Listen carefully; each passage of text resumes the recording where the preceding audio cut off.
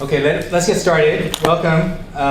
Today's IEMS Academic Seminar is going to be presented by Xiaogang Wu, who is a professor in the Division of Social Science, a sociologist who's been working on China for many years, and also Hong Kong, and participating in a lot of large data collection projects. Xiaogang is also a Faculty Associate of our Institute and a member of our Executive Committee, so we're particularly pleased to have him come talk to us today about migrant workers in China. So, Xiaogang. Thank you, Albert, for forcing me, to give this presentation. This project was supported, by World Bank project. So by the end of the project, I'm obligated to give a presentation on the work we have completed so far. The project has been lasting for many years indeed. So this is a project I work with our former student Zhang Zhuoni. Dr. Zhang currently is teaching at the City University of Hong Kong. A brief introduction. I'm a sociologist, as Albert introduced. Occupation indeed occupies a very important position in the study of social stratification in modern society. We, as a sociologist, often regard occupation as a reward package, that could have independent effect on labor market inequality. Sometimes we see this occupation as a structural effect. So why do some occupation pay more than others? From economic point of view, probably you will think people receive education and training, then being sorted and matched to different type of occupation, therefore receiving differential pay or wages. But as a sociologist, indeed, we have a different perspective look at, other than the individual characteristics. Occupation indeed could have some independent effect. From the new Weberian theory of social closure. So for certain type of occupation, there might be some social and legal barriers that could restrict people from access to a certain type of occupation, therefore raise the rewards of their members. And sometimes we call this as a positional inequality.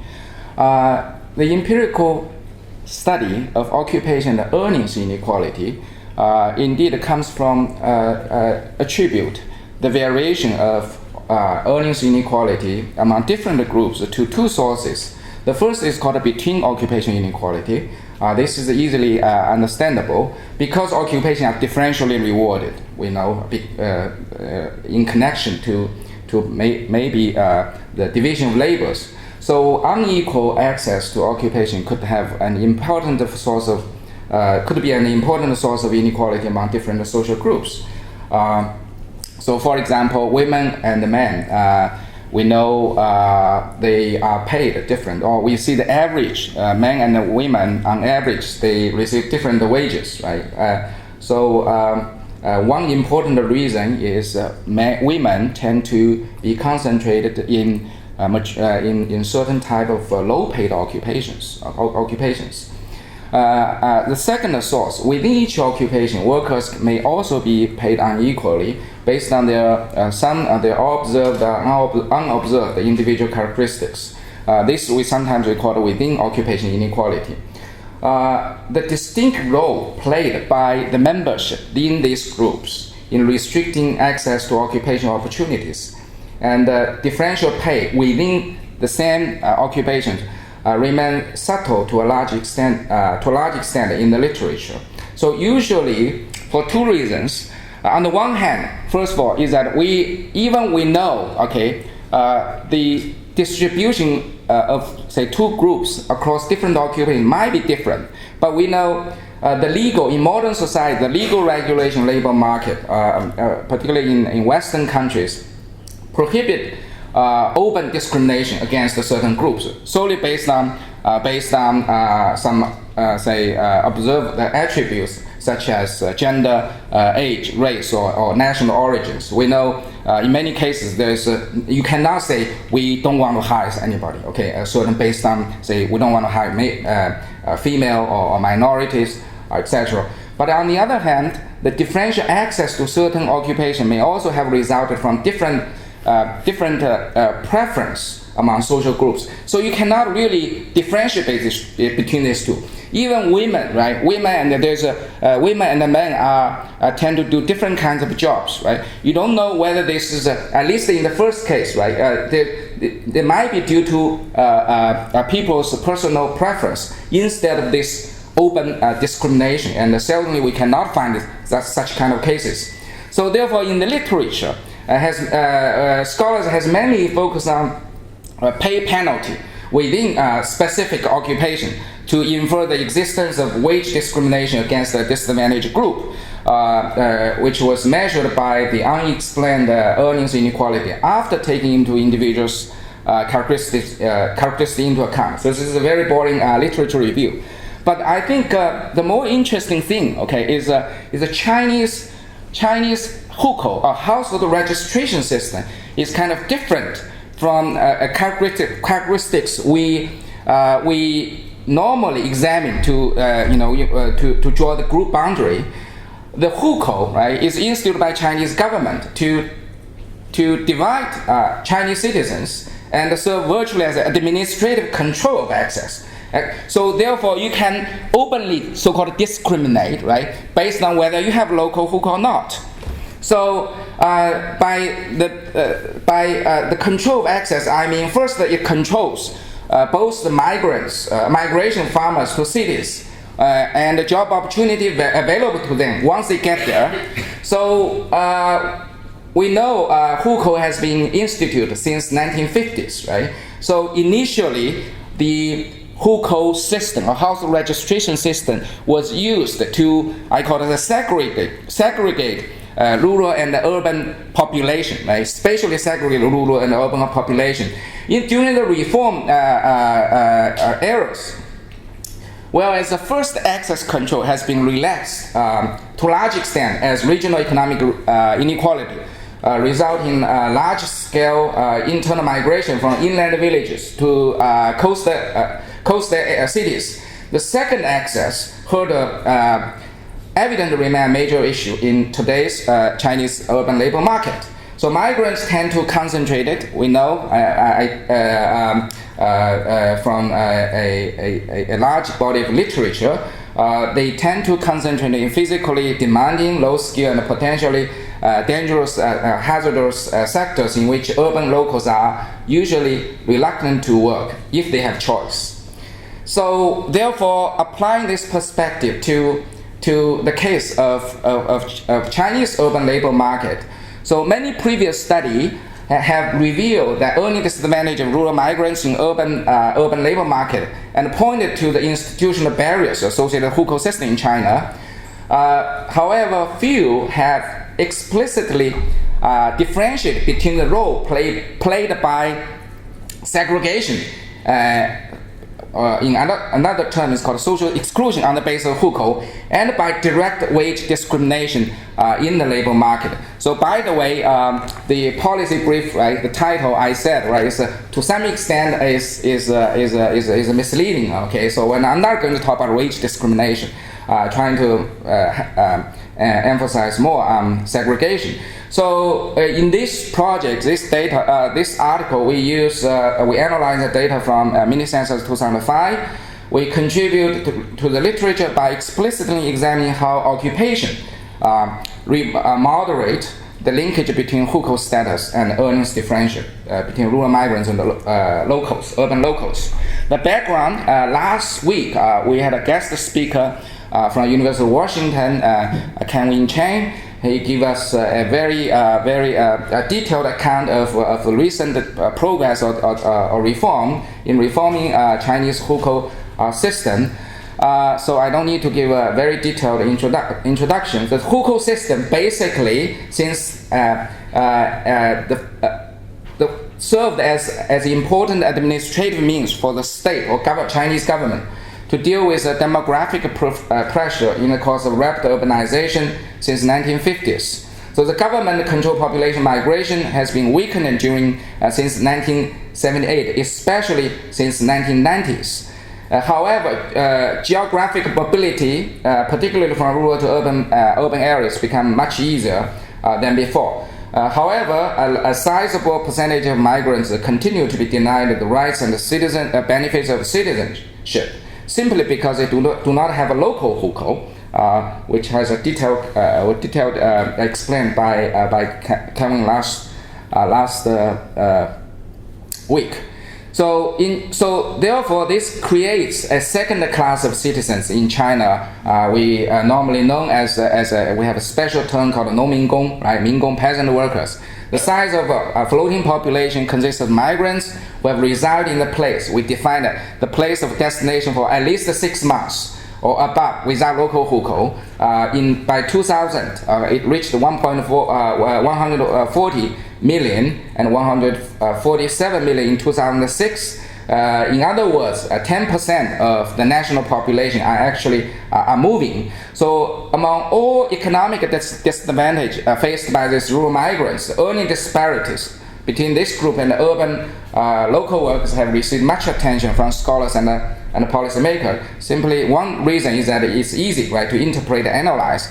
According to a study in 2006, rural migrants earn only 68% of what the urban counterparts earn, despite the fact they also work more, one more day, 8 hours more each week. So the question is, where do the disadvantage come from? There's no consensus, indeed, if you examine the literature. So this is a hot topic among scholars working on China or Chinese scholars or scholars in China.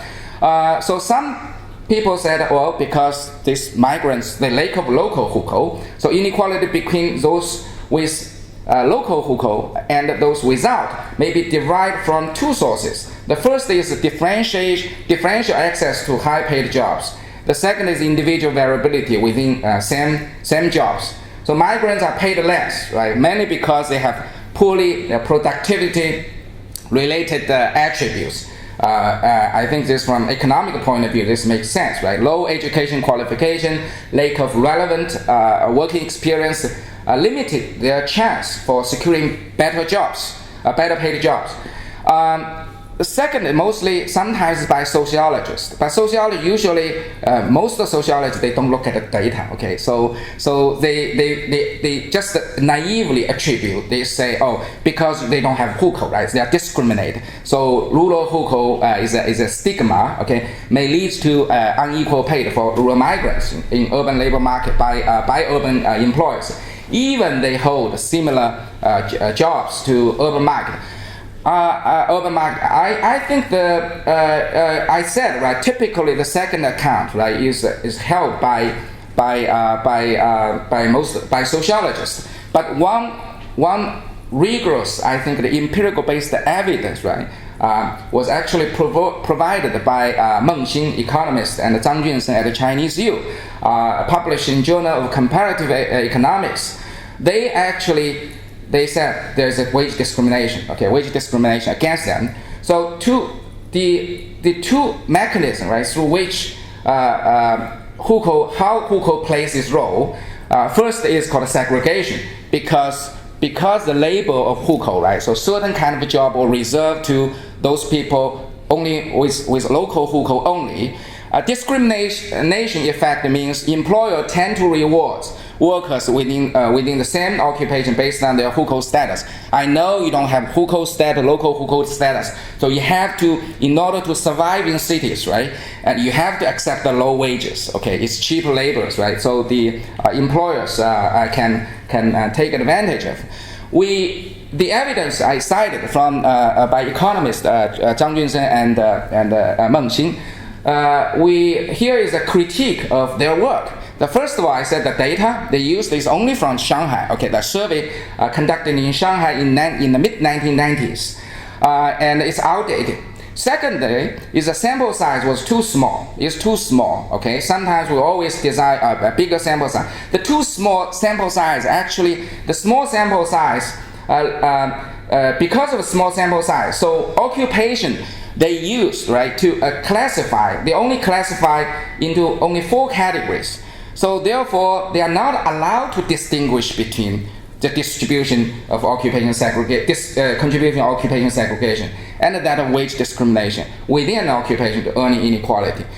To more specifically, I said is that it's okay if you just treat occupation as a control variable, 4 categories, it's fine. If you really want to make a case about the wage discrimination, controlling occupation, within occupation wage discrimination, so you really need to have a more detailed occupation categories. So what they found as a within occupation, within these 4 categories, occupation discrimination indeed could be interpreted as essentially as a between occupation. If we further break down, right, into occupation into small categories. So segregation between, and in addition, segregation between rural migrants and the local workers takes place according or varies across different employment sector, which were not considered in their analysis. We know employers in government, employers in public enterprise and private enterprise, they actually exercise this kind of employment behavior, right, or discrimination differentially, right? So our research question is try to aim to examine the common observed with the wage inequality, earning inequality between rural migrants and urban locals. Try to educate it between 2 competing explanations for the source of rural migrants' earnings disadvantage. The large sample size in the mini-census also allows us to remove the effect of differential occupation distribution and individuals' characteristics, and using different various fine-tuned methods try to solve this out. Okay, solve this out. Yes. I have a clarificatory question. Your question? Besides, when you're defining these 2 different effects, segregation and discrimination, who decides whether people without a hukou can get a job, can apply for particular jobs or not? Is that coming from the state, or are we? Government, local government, city government. I see. But so the government has rules that says you cannot employ people without local hukou. Yes. But it doesn't have rules about whether you have to, what salaries you have or wages you have to pay. You're allowed to pay different wages if they have. Yes, to pretty much deregulate, yeah, the wage. So certain jobs, usually for the low-end jobs, right? Usually, at least for now, probably this type of policy has been cleaned up. But for a period of time, so many local government indeed have some policy to say certain type of jobs should be reserved to local workers. But for the wage pays, there's no open or clear guidelines. So there are certain occupations where you can hire either people with hukou or without hukou. Yes. But there is no rule about what wage to pay. Yes, of so course. you could discriminate. Yes. Yes. Okay. Yeah. Particularly for private employer. So the question. So large sample size can also help us or allow us to use various methods try to solve this, whether this is due to discrimination or segregation. We use the data. Okay. 2005. 100% population census population sample data in China. The mini-census, known as mini-census. The mini-census contains detailed information on occupation, the 2-digit occupation, and also for the first time including information, collecting information on earnings, work unit sectors, working hours, and also fringe benefits, in addition to other demographic variables such as hukou status, place of hukou registration, current place of residence, education, etc. So we are going to restrict the analysis to adults aged 16 to 60. In the data we have access, we have more than 100,000, almost 120,000 individuals. The dependent variable we are mainly interested in is monthly income, or sometimes we can call it earnings, right? But this indeed include some self-employed income. Okay, so I call it a work income. And in one of the analysis, we use hourly wages. Now, how good the data is compared to others, the data from other sources?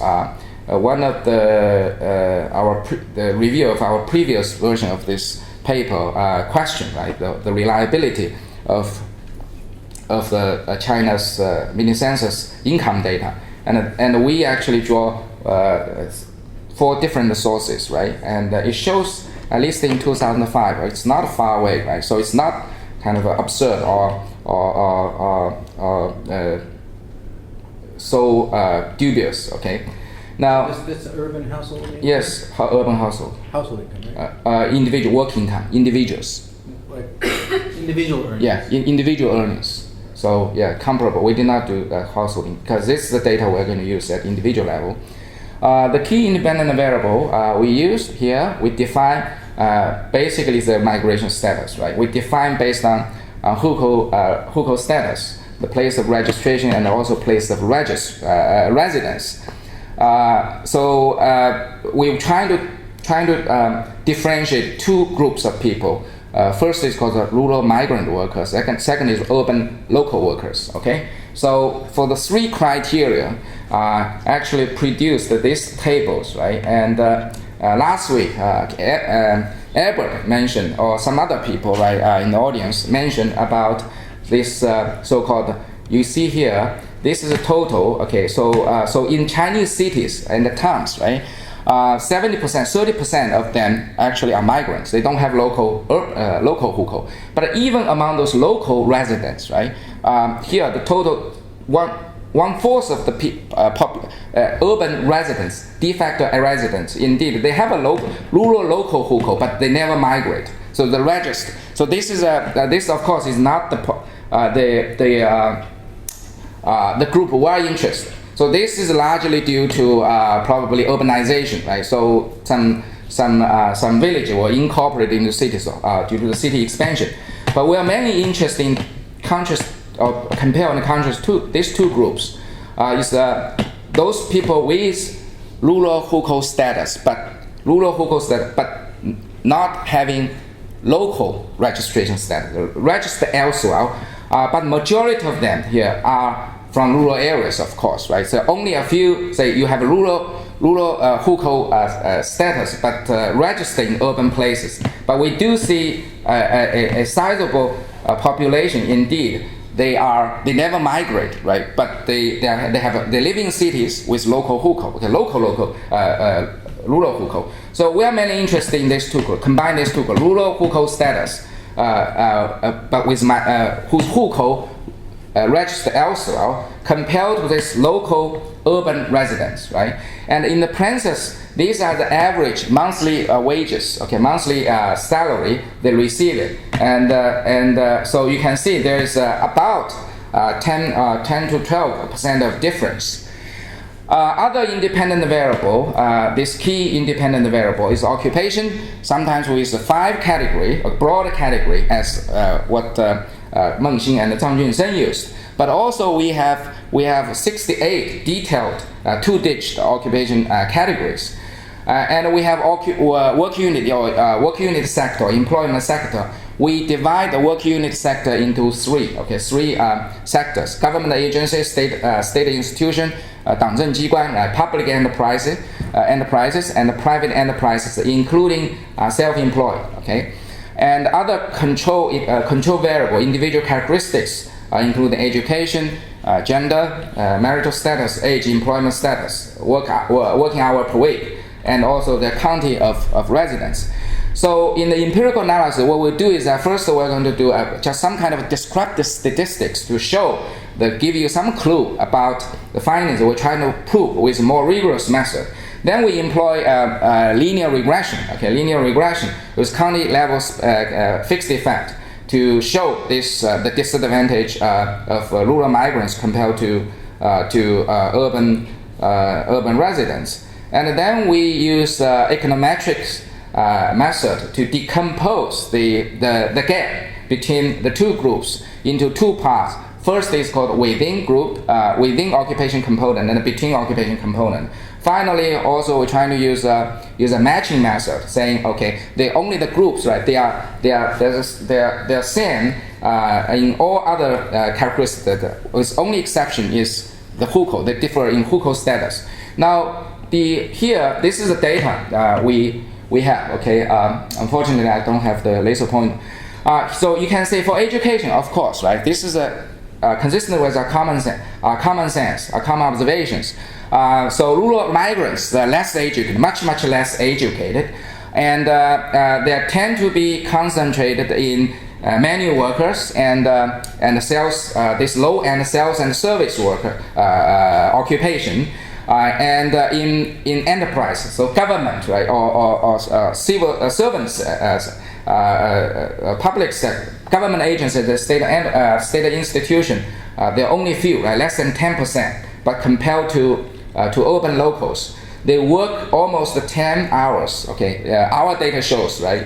The data I cited, the figure I cited from Chinese Academy of Social Science, on average they work 8 hours longer. Right here, we actually is slightly longer than previously reported by Chinese Academy of Social Science. Now, the average earnings of rural migrants, the two groups. We do this. We compare the two groups, but also separate by sectors. Then you can see in the public sector, right? In the government agency or state-owned enterprise, we see rural migrants are most disadvantaged. Okay, they only own 64% of their urban locals. In public enterprise, the gap is shrinking. Okay, it's narrow. Okay, so they earn 13% less, right? 13% less. In private sector, they earn 8% less. Okay, this 8% less. So this is only just by two sample t-test. Okay, two sample without controlling anything, any variables. Now in the regression, we're trying to control other characteristics. And basically confirm. Okay, so we do this through an interaction between the migration status and the work unity sector, and confirm that is the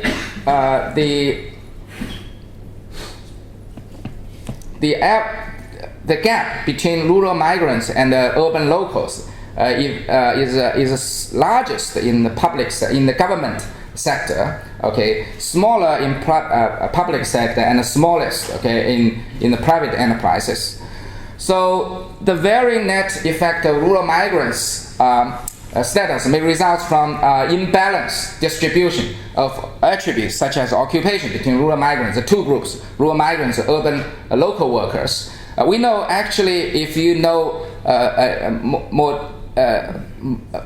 more deeply, okay, about regression, right? Regression, multivariate regression. We know sometimes with regression, multiple control cannot solve this problem. Okay, the problem, so-called, say we control other factors. The other is pure effect, unless you have a very, roughly balanced distribution. But we know this is from the descriptive statistics first table, right?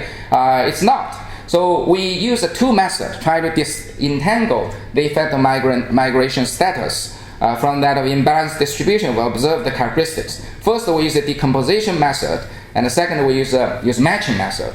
Now, to give you some intuition, you can see. Okay, so I give you just a tabulations, right? But this figure shows you in a more detailed occupations, right? Occupation, this what's called 83 something, right? Or 58 occupations, right? Detailed occupation.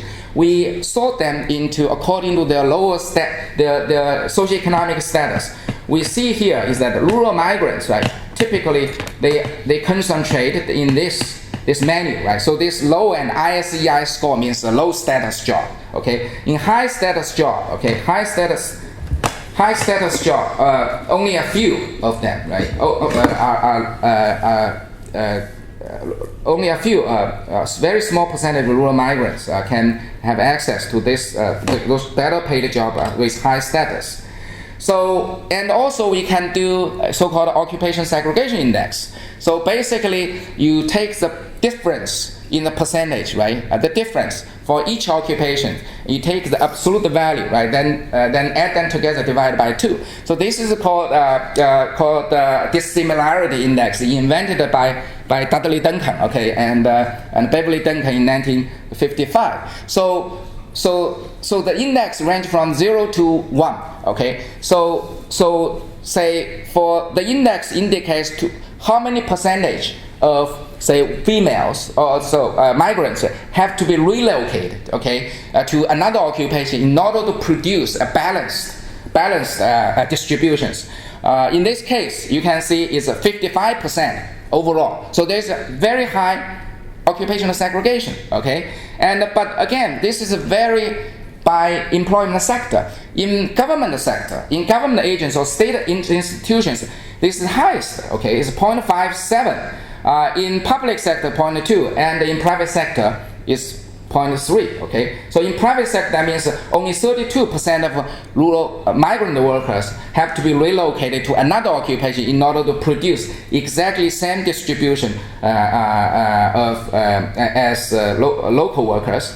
So this figure, okay, suggests that the two groups concentrated are most segregated in government sectors, okay, least segregated in private sectors. So occupation segregation seems to be an important mechanism. So we do this decomposition, right, and this is a very standard econometrics method developed by Brown et al. In 1980 paper. So what we're trying to do is that the group difference, right, is urban workers and the rural migrants, the wage gap. We can decompose them into several parts. Okay, the first is called within group. Okay, first part within group occupational segregation is unexplained. The first part. The second part is within group gap, which cannot be explained by the variable and the characteristics available to us. Then the third is a between occupation gap, which is explained, and finally is a between occupation gap, which cannot be explained. Now, so this is a decomposition result. We showed that for the first line, the total earning differentials, right, which is I think is identical almost from our regression results, is that urban workers earn roughly 10 to, I don't know, maybe 13%, right? You exponentiate the coefficient. But this 11, okay, the positive coefficient, 11.1174 are combination of two sources. The first is called within occupation segregation, okay? Then the second is called between, right? Between. We can see the between occupation, right? This account for 20, this 0.20. Okay, within occupationally, strangely, okay, it's even negative. What the negative means, it means rural migrants indeed on average earn more within each occupations, okay, occupations. So that, but overall, because urban locals, right, they concentrated in the high paid, better jobs, right? So overall, if you simply just look at the group average, right, they still earn high 10% or 12% higher than migrant workers. So the commonly observed, so this offers an evidence, right, is that the common observed low earnings of rural migrants is due to occupational segregation in urban labor markets. Occupational segregation is mainly due to the effect of observed. We can see it's observed characteristics here. Okay, so by occupation by 15%, right? So 20%, right? Or 75%, right? Is amount is 0.20 is 0.15 were explained by individual characteristics. Basically, sort people into different occupations. But we see so mainly through education and other demographic characteristics. But still, we see there are some unexplained, right? Unexplained occupation segregation effect is positive, which are not explained by qualification and productivity-related characteristics. So to narrow the income gap, okay, so access to better occupation, mostly the one policy would be say, okay, because the better occupation for lower the barrier for access to better occupation for rural migrants. Also to alleviate occupation segregation, education probably is one of the most important factors, right, to channel people into different occupations. Now, but again, what we are more interested in is what is negative, right? What negative means within occupation, indeed, urban rural migrant, urban locals indeed earn less, okay, than rural migrants. So more interesting than, so we move a further step, trying to do this called a matching, right, with an alternative method, which allow us to summarize all the difference between two groups. Okay, we call the rural migrants as a treatment group and urban migrants as a control group. What we do is trying to do this called propensity matching, and so basically is that we're trying to find a group. So you won't find, if you don't have a professor with or government official with rural hukou the migrant status, right? Just remove them. So to make sure their income, their high earnings are not included when you calculate average, right? Calculate average. So after we manipulate, we do this type of matching. And then when we calculate the average treatment effect on the treated, so and we also do the same by each employment sector. So this is the results we get for the full sample. We actually take into account the working hours. So this is a hourly wage or hourly wage. You can see on average, right? So the treatment, this is even more. The results is even more striking. So for the full sample, okay, the treated group, the rural migrants, right, earn higher, okay, than local urbans, right, by, I don't know, it's by at least by 0.28. It's not 2.28%. Okay, so this is hourly wage. So it's about but it's significant. Okay, significant. And if you look at the variation across different employment sector, we can see here is in the government sector, right? Government sector, migrants cannot do well. Okay, so because basically is that if you are janitor working in the government, right? So you have another janitor. So you won't find the counterparts in the government in the government sector for most occupation. So we see migrants are disadvantaged. In enterprise, okay, migrants have slightly advantage, okay, advantage, and in private sector also, okay, same, almost the same in private sector, okay. So what this tell us, okay, to summarize here, basically, so regression, multiple regression results, okay, shows that we know rural migrants are disadvantaged, okay, earn significantly less. Then the disadvantage is greatest, okay, in the government sector, followed by public enterprise, and finally in the private sector. And we argue this is the concrete process or mechanism is due to segregation, occupational segregation, because occupation segregation probably are more severe in the government sector, okay, and less severe in private sector. So to move a further step, we actually empirically demonstrate the earning inequality between rural migrants and urban locals is not largely attributed to occupation segregation, and between occupation earning inequality can be explained by the difference between the two groups in observed characteristically, particularly human capital, education. So earnings disadvantage rural migrants results mainly from occupation segregation in Chinese urban labor market. In the final step, okay, our matching analysis showed that if you just pull two groups, right, with everything equal, the only difference, you are doing the same occupation with the same demographic characteristics. The only difference is whether you have local hukou or not. Then the result, surprisingly, okay, is enjoy disadvantage in hourly wages over urban local workers. And this seems to be less to extent, but the government sector, right, state institution, their disadvantage persists. So these results, in sharp contrast to finding from previous results, help us or provide strong evidence to support the claim that rural migrants' overall earnings disadvantages derive mainly from occupation segregation. Now, the question, okay, pretty much this is the results, okay, I want to show is that key point is that the disadvantage of rural migrants was largely due to occupation segregation. But a byproduct is we show that is if you everything being equal, right, really controlled, okay, they actually earn slightly higher than local workers. This is kind of unexpected findings to us, right? But I think after second thought, we think it makes sense. Okay, why do these rural migrants, right, enjoy high earnings? High earnings in the occupation where you can find their counterparts with local hukou. Okay, with local hukou. First of all, is that we know hukou basically was invented by Chinese government, right? So when they do hiring, the most sector or the job they can control was the sector they can control. Okay, in the government and the state institution, 事业单位. In the market sector, I don't think private employers really care. Okay, or enterprise really care about whether you have hukou or not, right? They probably more care about your productivity, your educational qualifications, right? Productivity.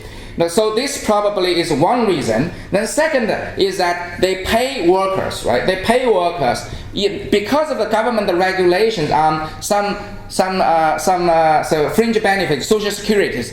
In some sense, probably they pay those workers without local hukou just a cash, right? Instead of giving them the less or giving them less fringe benefits. So therefore, you have to even there's slight disadvantage of urban the migrant workers, right? We should not be celebrating. This may actually, if you take into benefits into account, there might not be so much difference, right? And the third is due to selectivity of migrant workers. Okay, migrant workers. Just to think of, as I said, think of those undesirable jobs, right? If the local workers, right, end up in those type of jobs and with no choice, right? So and they have to compete with those young, healthy migrant workers, right? And those migrant workers, if they cannot stay, then they have to leave. They cannot live in cities. So the policy implication, right, is we have a policy. These findings are policy implications for to tackle the problem related to rural migrants in social economic inclusion in Chinese cities, which has been on the Chinese government's policy agenda. Because unequal pay against the rural migrants seems to play a minimum role in generating earnings inequality between rural migrants and the urban workers. So policy and public effort should be made to reduce mostly to occupational segregation and remove other structural barriers to help rural migrants gain equal access to a variety of jobs, especially good jobs. So we're not alone. Actually, there's a lot of wise people or policy advice they already proposed, right? So see, Chinese as a State Council of Chinese government in 2012, they actually issued a policy directives. So this policy, I think better to put it in Chinese, right? It's 今后出台. So basically, this is so it's not a direct wage discrimination. It's that 出台有关就业, right? We're talking about 就业, 教育, 技能等政策的时候，不要与户口性质挂钩, right? So trying to make sure the equal opportunity, equal opportunity for those migrant workers, right? In compensation, right? Their children's education, skill training, etc. So, but to what extent? Okay, so we said, well, policy now maybe in the process of being implemented, right? To what extent such policy change would affect the pattern of occupation segregation and economic disparities? Maybe we need to wait for a few more years. Maybe we can wait for 2015 mini-census with the information, right? Income information to examine whether this type of policy change could have effect on migrants, their fate in urban labor market. Thank you.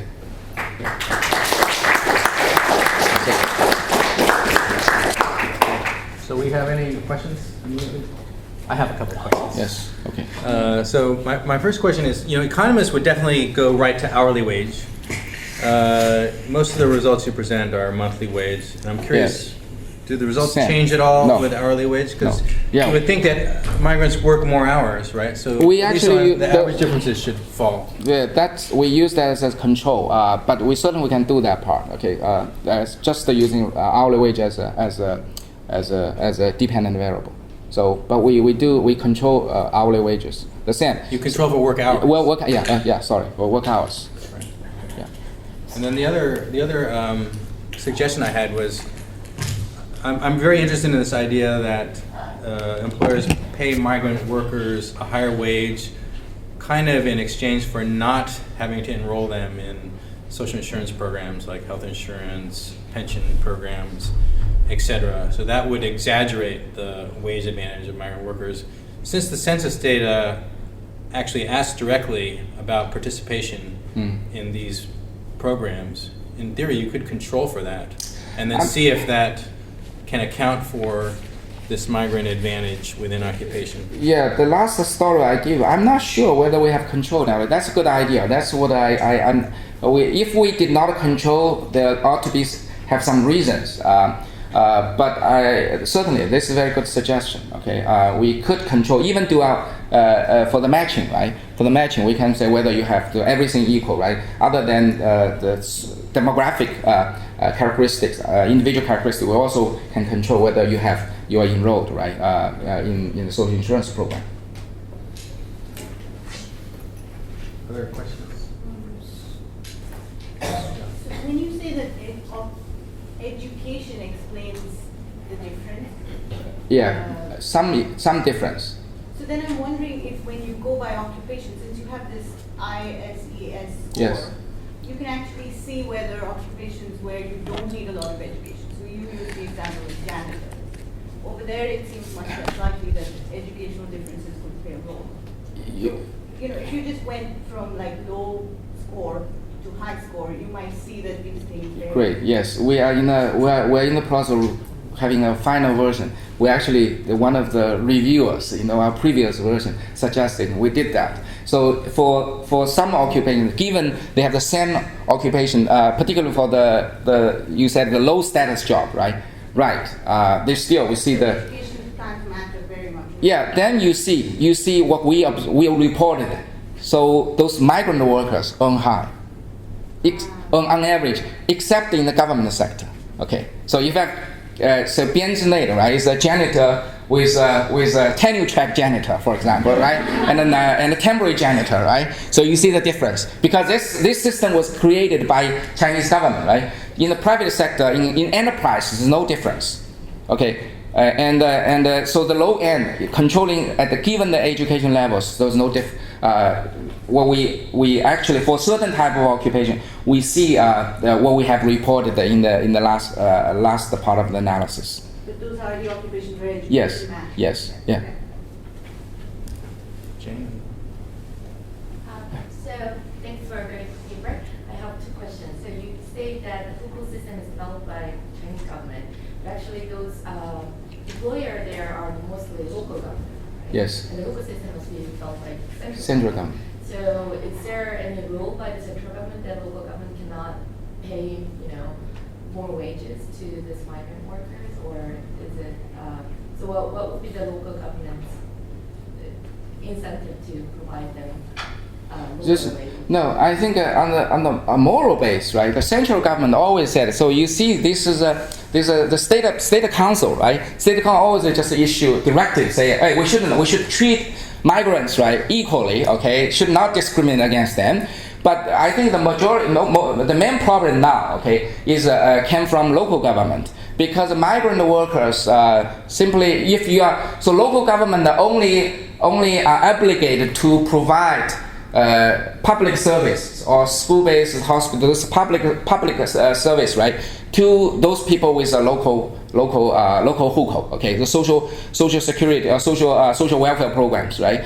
So if they the local government say if they follow state council, right, to say, oh, we should not make a distinction between local and migrant workers, then the local government said, who is going to pay for that, right? Who is going to foot the bills?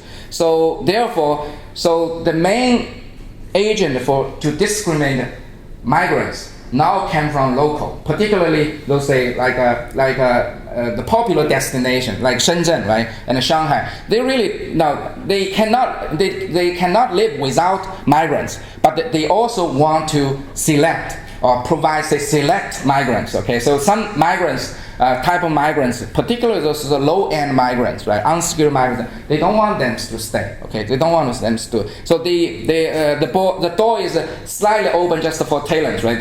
If you have college degree, there should not be any discrimination. No. So the distinction now probably is made mainly between those who have local hukou and non-local hukou. But unfortunately, most of the migrants, right, have a rural hukou. Okay, hold rural hukou. So the government would not provide the public services to this rural hukou? Rural migrants. Okay. Who's working for them? Yes. Yeah. So sometimes they want to say, oh, this is temporary phenomena. Even they don't want them to be included or assimilated in the cities. And Shenzhen, for example, Shenzhen government, right? We know Shenzhen, they are almost 12 million population. Only about 3 million have local hukou. So after, say, it takes time for them to, say, upgrade of industrial structure, for example. So these jobs associated with this manufacturing, right? The workers, they wish they can just go back home, right? And they don't want to stay. They want to attract, say, better educated, right, workers and work in the service sector in the cities.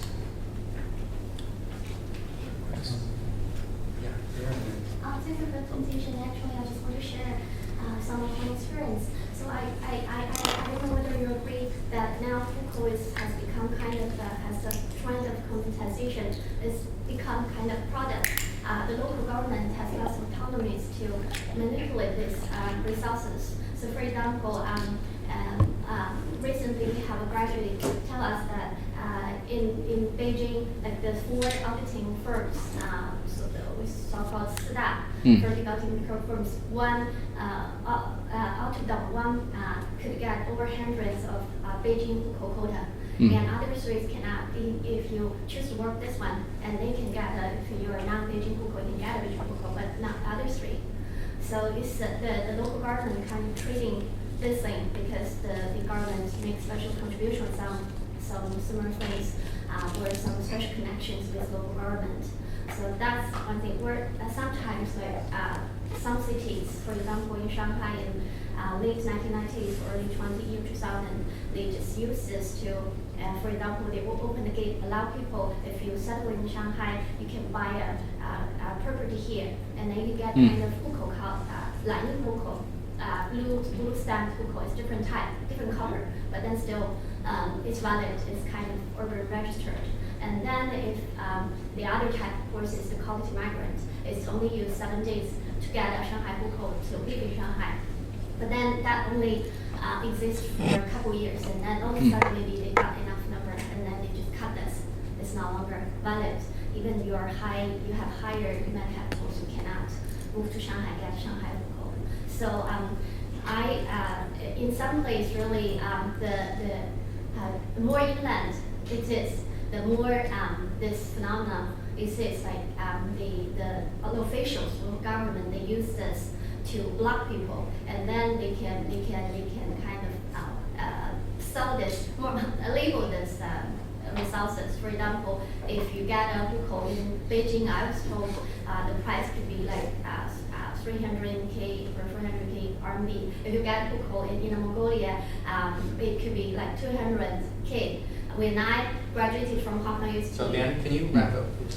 Okay, yeah. So that's the something that I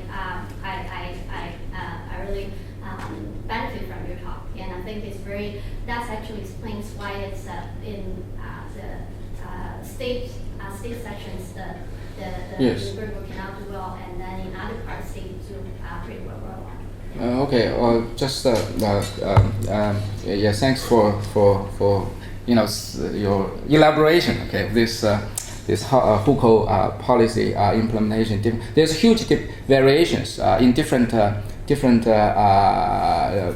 exercise. Okay. In of these hukou regulations in different across different cities.